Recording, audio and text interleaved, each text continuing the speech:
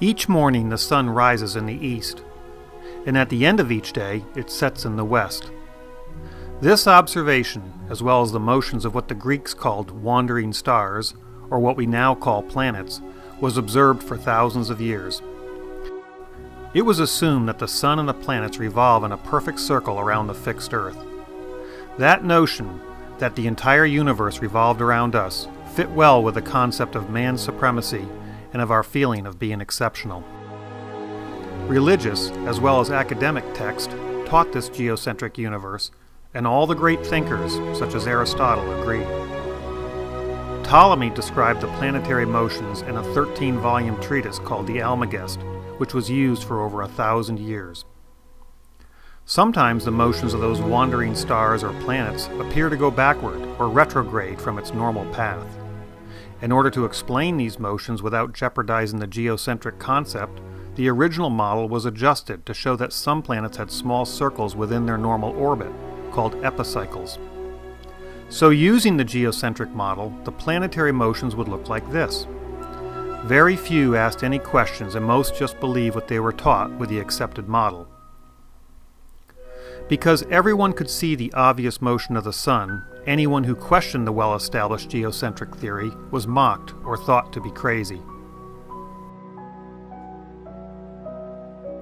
But some had questions, even if they didn't have all the answers. Those who questioned the fixed Earth got debunked by counter-arguments that they could not answer at the time. For example, if the Earth was spinning, why don't we get dizzy, or just fly off, like water off a wet dog? Or from a technical perspective, why didn't they see any stellar parallax or relative change in the positions of the stars as we orbit the Sun?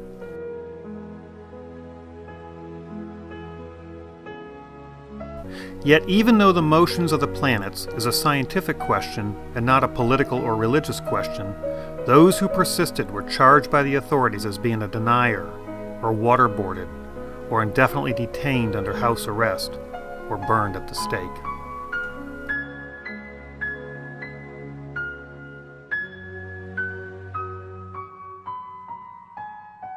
So, does the sun go around the Earth, or the Earth go around the sun? How do you know? How do we know? The reason we know is because careful measurements found small anomalies, and those little details did not fit using the established geocentric model. From the authorities' perspective, those details were the devil and had to be ignored or suppressed, because their dogma could not explain them.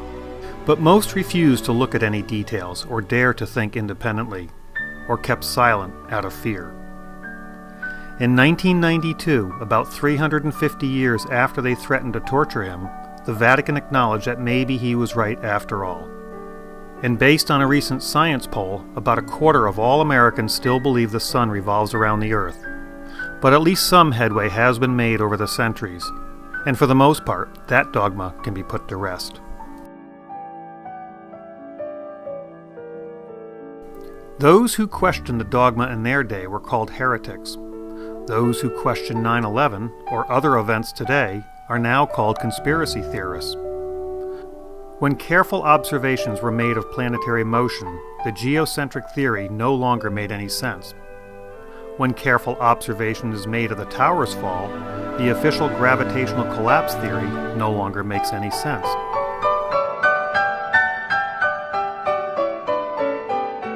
Observations through telescopes revealed round moons orbiting Jupiter, so the notion of everything revolving around the Earth no longer made sense. Observations through microscopes revealed round spheres of iron, so the theory that only an office fire was involved in the tower's demolition no longer made sense. When one observes retrograde motion of the planets, it's not because of any special epicycle, but because of the differences in orbital speeds of the planets going around the Sun. When one observes the smooth downward motion of the towers, or the free fall of Building 7, it's not because of a natural collapse, but rather some type of intentional demolition. Although they may look similar, planets don't orbit in a perfect circle, but rather an ellipse. Although they may look similar, this is the result of a gravitational building collapse. This is the result of a skyscraper fire, And this is all that's left of skyscrapers that were blown up. When one carefully tests the red-gray chips found in the dust, one realizes that it's not primer paint, but rather a military incendiary known as nanothermite. Galileo's telescope didn't stop working when pointed from the Earth to the sky, just because what he saw was contrary to religious doctrine. College physics doesn't become conspiracy physics just because we are studying how the buildings fell on 9/11. Carl Sagan understood the need to question authority so that we don't get bamboozled and abused like we have so many times in the past.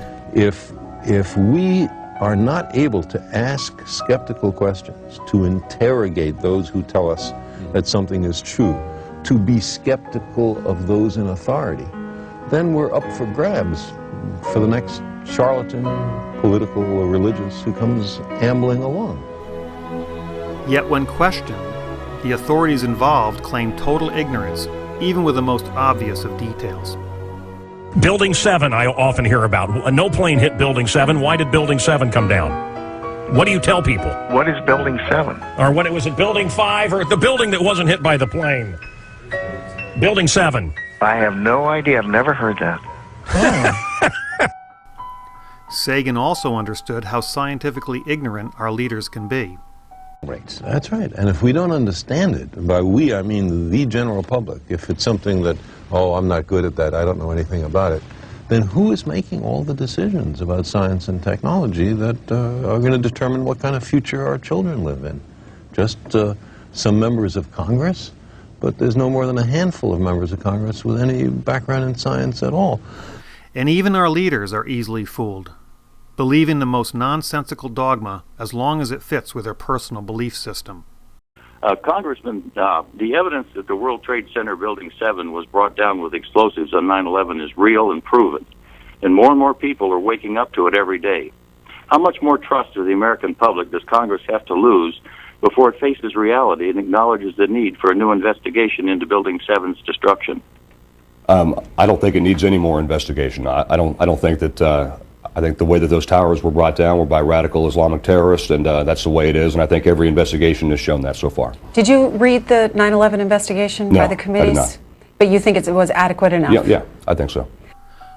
While 19 radical Islamist terrorists might have been in the planes, they could not have blown up the towers, no matter how much it agrees with his beliefs.